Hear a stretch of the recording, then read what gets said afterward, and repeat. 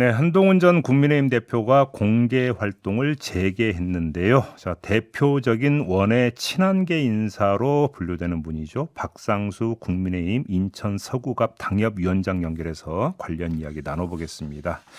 위원장님 나오 계시죠? 예, 네, 안녕하십니까. 안녕하세요.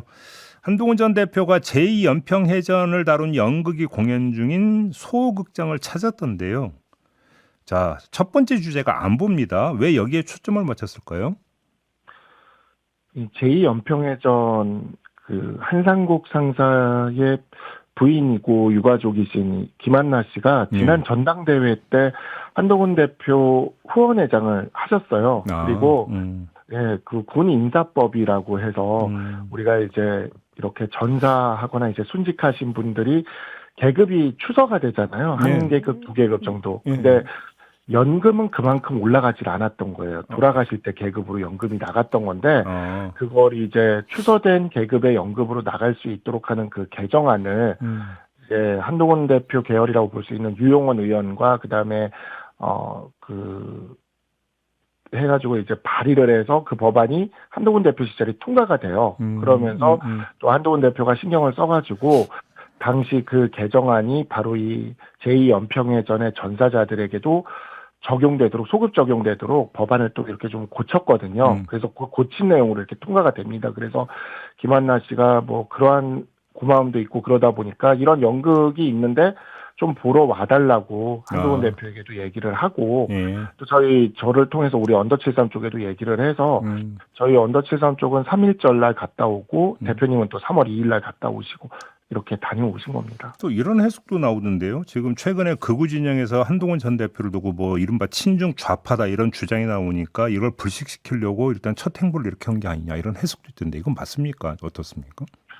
글쎄요, 뭐, 그냥 대학생들이 만든 연극이에요. 근데 연극을 너무 잘 만들었더라고요. 저도 그래요? 보고 왔는데, 대학생들이 만든 연극이고, 그에 이제 김한나 그 회장님이 그때 그냥 이렇게 그 연극을 봐달라고 우연히 얘기를 한 거고, 연극 기간도 되게 짧았어요. 한 일주일 정도. 그날 3월 2일이 마지막 날이었거든요. 아, 그래요? 그래가지고, 예, 그래서 이런 것들을 이렇게 연극을 하면서 자신이 후원했던 정치인한테 후원회장으로 있었던 정치인한테 오라고 한 건데 그게 이제 복귀 시점이랑 맞아 떨어진 거일 뿐이지 이것이 뭐 그렇게 의도했다라고 보기는 좀 어렵죠. 그 이 자리에 허은하 전 개혁신당 대표가 함께했다면서요. 네, 맞더라고요. 그 그러면 3월 2일에 허은하 전 대표도 이제 한동훈 전 대표가 함께하는 겁니까? 그러면? 그 허은하 전 대표가 그거를 이렇게 백불인가 어디서 밝히신 걸로 알고 있는데 예. 허은하 전 대표는 그냥 이게 관심이 있어서 보러 왔다 이렇게 얘기를 하시더라고요. 저희도 뭐 전혀 연락받았거나 아는 게 없던 상황이었고 예. 뭐 끝나고도 뭐 따로 이렇게 무슨 뭐 크게 대화하거나 만난 자리는 있었지 않았던 것으로 알고 그러면 있습니다. 우연하게 그러니까 서로 이제 우연히 만난 겁니까? 그러면? 그렇죠. 이게 연극이 2월 27일 날 개막해서 3월 2일 날 끝났어요. 대학생들이 하다 보니까 극장을 이렇게 빌리는 것도 뭐 사전에 뭐 비용도 조율해서 들고 같이 그러니까 가거나 이런 게 아니다. 전혀 그렇지 않습니다. 아, 그렇군요. 알겠습니다. 어제 국민의힘 지도부가 박근혜 전 대통령 예방했잖아요. 근데 이 네네. 자리에서 박근혜 전 대통령이 집권당의 대표가 소신이 지나쳐서 사사건건 대립각을 세우는 건 바람직스럽지 않다고 말을 했는데 이걸 두고 언론은 한동훈 전 대표를 겨냥한 발언 아니냐 이렇게 해석을 하던데요. 어떻게 받아들이십니까? 박근혜 전 대통령을 탄핵시킨 탄핵소추위원장께서 어제 가셨잖아요. 권성동 원내대표요. 예. 네. 예. 우리 탄핵소추위원장께서 아주 선례를 많이 남겨놓으셔서 지금 윤석열 대통령에 대한 어떤 탄핵소추 사유에서 내란죄를 빼는 거 이런 것들도 다 그때 권성동 탄핵소추위원장 때 만들어 놓은 선례지 않습니까? 네네네. 네, 그렇게 좀 어찌 보면은 지금은 그 불법성이 다퉈지는 그런 것들도 다 선례로 만드신 그분이 갔어도 그렇게 잘 이렇게 대해주시고 이렇게 그에 대해서 나라 일만 이렇게 생각해라라고 이야기를 했는데 굳이 그렇게 같이 가신 분 중에 한 분이 백브리핑에 나와가지고 당내에 어찌 보면은 앞으로 조기 대선이 발생할 수도 있는데 어찌 보면 그 당내에 분열이나 보수 분열이 발생될 수 있는 그러한 사안들을 언급한 것이 적절한지 저는 그거 자체가 좀 의문이고 바로 그 탄핵 지점인데요. 지금 네네. 신동욱 수석 대변인이 요 내용을 브리핑을 하지 않았습니까? 기자들한테. 그렇죠. 자, 예, 그러면 예. 여기에는 의도가 담겨 있다. 혹시 이렇게 해석을 하시는 겁니까?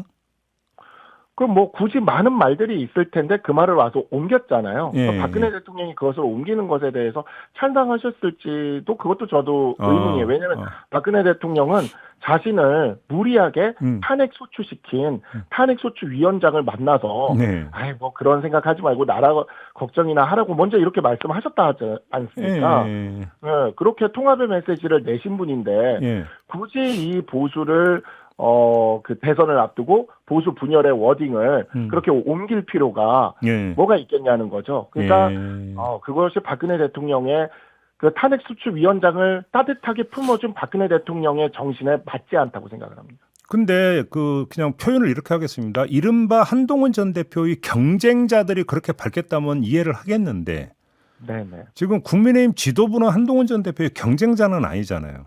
오히려 그 경선을 관리해야 되는 주체들 아닙니까? 만약에 조기 대선이 치러진다면 그러면 이걸 어떻게 해석을 해야 되는 걸까요?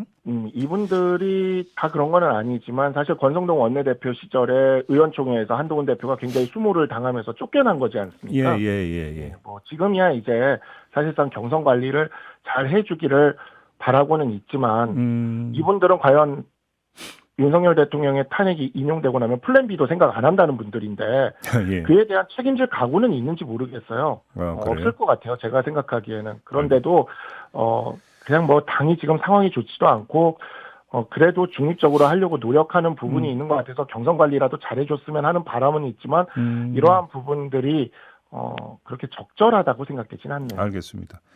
저희가 어제 전해드린 바가 있는데 서정욱 변호사가 며칠 전에 자신의 유튜브 채널에서 명태균 수사팀에 한동훈 라인 검사가 있다. 검찰을 동원해서 홍준표, 오세훈, 이준석 등을 쳐내려 한다. 이렇게 주장을 했었고 한동훈 전 대표 측에서 바로 고발하겠다고 밝혔는데 혹시 고발 이루어졌습니까? 오늘 아니면 내일 할 거고요. 예. 지금 이제 저희들이 이제 증거 같은 거를 이렇게 모으다 보니까 좀 많아요. 이게 되게 재밌는 게 거의 엇비슷한 시점에 그러니까 서정욱 변호사, 성창경 TV 그리고 약간 이제 그 좌파 계열이죠. 진보 계열의 그 뉴탐사의 강진구 기자까지 거의 같은 워딩을 하더라고요. 그래요? 저희가 이 현상이 나타나는 걸 보면 되게 재밌는 게 뭐냐면요. 보수와 진보라는 양쪽 유튜브들이 동시에 거의 같은 메시지를 던져요. 저희가 어제 언더칠삼 유튜브 방송에서도 그 부분을 편집해서 보여드렸는데 그러니까 시내식 TV 같은 경우는 조금 작년 일이긴 한데 나머지는 다 요 2월 중순에서 3월 사이에 그 날짜도 되게 비슷해요. 따다닥 붙어가지고 하던데 이게 무슨 뭐 누구가 뭐 이렇게 뭐 체계적으로 한 게 아니면 이렇게 될 수도 있나 싶을 정도로 이렇게 따다닥 하거든요. 쉽게 뒷배경이 있다고 보시는 겁니까 그러면? 모르겠습니다. 그건 뭐 수사를 해봐야죠. 근데 이제 저희들이 이제 내용을 보면은 뭐 현대고를 나와서 서울법대를 같이 나왔기 때문에 알고 있다 뭐 이렇게 얘기를 하는데 한동훈 대표에게 직접 제가 확인을 해본 사안인데 그 문제가 된다는 검사 두 분이 있어요. 선배와 후배. 이분들은 정치권에 들어온 지 한 번도 연락을 한 적이 없다. 이렇게 얘기를 하시고 명태균 관련된 수사나 뭐 이런 문제에 있어서는 자기가 꺼리낄 게 없기 때문에 그냥 강하게 이렇게 직선적으로 대응해도 된다라고 그렇게 이야기를 하고 계시고요. 그 다음에 이제 그 무슨 홍장원 차장의 비서라는 이호땡이라는 인물이 있어요. 그 사람도 일단 현대고 4인방이라고 이름을 붙이더라고요. 한동훈 대표까지 포함해서. 근데 이호땡이라는 사람은 정확한 어딩이 이것이었어요. 존재하는지도 모르는 분. 아, 존재 자체도 알지를 못했다? 네. 그러니까 세상에 존재하는지도 모르는 분. 아니 근데 고등학교 서울법대 출신이라고 해가지고 거긴 또 진학 명문고인데 전부 다 안다라고 이야기하면 이거는 마치 그 법조계 안에서는 당군의 자손끼리 다 아는 거다 뭐 이런 거랑 비슷한 거라서 아니 아무튼 그러면 지금 위원장님의 그 말씀을 한마디로 정리하면 한동훈 전 대표는 억울하다라는 거잖아요. 그러면 이 억울함을 아주 미연에 방지할 수 있는 가장 좋은 방법으로 검찰이 수사하고 특검으로 넘기면 되잖아요. 명태균 특검법 동의하면 되는 거 아닙니까? 아니 검찰이 수사를 잘 하고 있잖아요. 저 누누이 말씀드리지만 한동훈 대표는 공수처나 특검 같은 것보다는 검찰에 의해서 제대로 수사를 하는 것을 원칙적으로 지지하는 사람이 그게 그리고 우리 당의 스탠스기도 합니다. 네네. 근데 검찰이 잘 지금 명태균 사건에 대해서 압수수색도 하고 제대로 지금 수사를 하고 있는 것 같은데 굳이 왜 여기서 특검이 필요하냐는 거죠. 아니 그러니까 배경에 자꾸 한동훈 전 대표를 거론을 하니까 지금 드리는 질문이거든요. 근데 그렇게 치면은 우리나라에 저기 서정욱 변호사도 한동훈 대표 서울법대 선배고 저는 뭐 후배예요. 아니 그 이 법조계 안에 특검을 짜면서 서울법대를 한 명도 없이 뺄 수는 없어요. 근데 저 사람들의 음모론 안에서는 그냥 서울법대만 걸리면 다 한동훈 계열인 거예요. 그냥. 알겠습니다. 네. 그 한동훈 전 대표가 지금 책에서 네. 계엄 자체를 옹호하는 사람과 명태균 이슈에서 자유롭지 못한 사람들 사이에 교집합이 큰 것 같다. 그런 느낌을 받았다고 지금 밝혔는데 이걸 어떻게 해석을 해야 되는 겁니까? 이게 저도 그랬지만 이 계엄은 왜 12월 3일에 했을까에 대한 의문이 머릿속에서 사라지질 않는 거죠. 그 동기에 명태균이 있다. 왜 그러냐면 4월 19일 만약에 정말 뭐 계엄은 잘못된 거지만 계엄을 실패한 다음에 자신이 탄핵되지 않을 가능성을 생각한다 해도 4월 18일에 문영배 이미선 재판관이 퇴임하고 대통령이 재판관을 임명해 놓은 다음에 네. 그 다음에 계엄을 했으면 이처럼 탄핵에 이렇게 뭐 몰리거나 하는 일도 없었을 거 아닙니까? 예. 그러면 4개월을 기다리지 못할 이유가 없는데 왜 했을까를 생각해 보면 결국 머릿속에 남는 거는 명태균 황교안, 예. 김건희 특검법 예. 이거밖에 안 남는 거예요 머릿속에. 예. 그래서 그리고 뭐 한동훈 대표가 특검법에 대해서 이게 좀 애매한 태도를 취한 것 이거밖에 안 남으니까 이게 명태균 이슈와 결부돼서 12월에 터진 게 아닐까라는 그런 합리적 의심이 좀 생기는 거죠. 알겠습니다. 그 한동훈 전 대표가 어제 TV조선 인터뷰를 했어요. 여기서 헌법재판소를 거론을 했는데 헌법재판소는 태생 자체가 어느 정도 정치적인 재판을 하는 곳이다. 구성 자체도 일종의 정치적 나눠먹기가 전제된 곳이다. 절차 면에서 국민들께서 보시기에 부족하고 미흡했던 점이 분명히 있었던 것 같다. 이런 말을 했는데 그러면 지금 윤석열 탄핵 심판에 뭐가 문제가 있다, 불공정하다 이렇게 지금 판단하고 있는 겁니까? 이번에 헌법재판소의 절차는 앞으로 역사의 평가를 또 받을 겁니다. 예. 형사소송법을 제대로 준용하지 않았고요. 네. 굉장히 다의적으로 완전 법 위에 존재하는 존재들처럼 평의를 통해서 이렇게 재판 절차를 진행을 했습니다. 그렇지만 헌법재판소 절차가 그렇다 하더라도 헌법재판소의 결론에 대해서 무력적인 방식이나 이런 것들로 승복하지 않는 그러한 모습을 보여준다면 네. 우리나라의 기본적인 법치주의가 붕괴할 거예요. 이 부분에 있어서는 하다못해 대통령 변호인단의 석동현 변호사조차도 네. 헌법재판소의 심판 결과에는 승복하겠다라고 네. 이야기를 했습니다. 예. 그러니까 그 부분에 있어서는 생각이 다르지 않고 다만 이 절차 진행이나 과정에서의 이 무리수들에 대해서는 분명히 법적인, 역사적인, 정치적인 평가를 받을 수밖에 없을 거라고 생각합니다. 그렇게 보시는 거고요. 알겠습니다. 당으로 돌아와서 윤상현 의원이 어떤 주장을 했냐면 지금은 한동훈의 시간이 아니다. 당원 몇 %나 지지하는지 목소리를 들어보면 깜짝 놀랄 거다.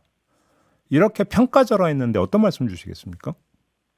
뭐 그분은 지금 당장 뭐 이것저것 급한 사안들이 좀 있는 것 같아요. 지금 진짜 이 윤상현 의원이야말로 명태균 수사에도 지금 계속 이름이 오르락내리락 하고 있지 않습니까? 그러다 보니까 더 약간 좀 강경하게 가시는 게 아닐까라는 그러한 좀 그러한 생각이 좀 들 수밖에 없는데 같은 조건을 같은 어떤 잣대를 홍준표 시장이나 오세훈 시장한테도 들이대면 그 발언에 훨씬 그 무게가 좀 실릴 것 같아요. 근데 홍준표 시장이나 오세훈 시장이 사실상 걸어가는 대권 행보에 대해서는 쭉 침묵하면서 한동훈 대표에 대해서만 이렇게 이야기를 하는 걸 보고 있으면 그만큼 사실 정치권에서 제일 두려운 건 무풀이지 않습니까? 그렇죠. 지금 뭐 잠룡이라고 움직이시는 분들이 우리 당에서 10몇 명 정도 된대요. 근데 지금 뉴스에 나오는 거는 많아야 5명, 6명 정도고 한 4명 정도만 포커스가 맞춰져 있잖아요. 그러니까 그 중에서도 한동훈 대표에 대해서 특히 오세훈 시장이나 홍준표 시장에 대해서 아무 언급도 안 하면서 한동훈 대표에 대해서만 그렇게 이야기하는 것 자체가 한동훈 대표가 그만큼 두렵다라는 그만큼 존재감이 있다라는 그 반증이지 않을까 싶습니다. 그렇게 해석을 하십니까? 알겠습니다. 시간이 다 됐네요. 오늘 말씀은 여기까지 들어야 될 것 같습니다. 고맙습니다, 위원장님. 예, 고맙습니다. 네, 박상수 국민의힘 인천 서구갑 당협위원장이었습니다.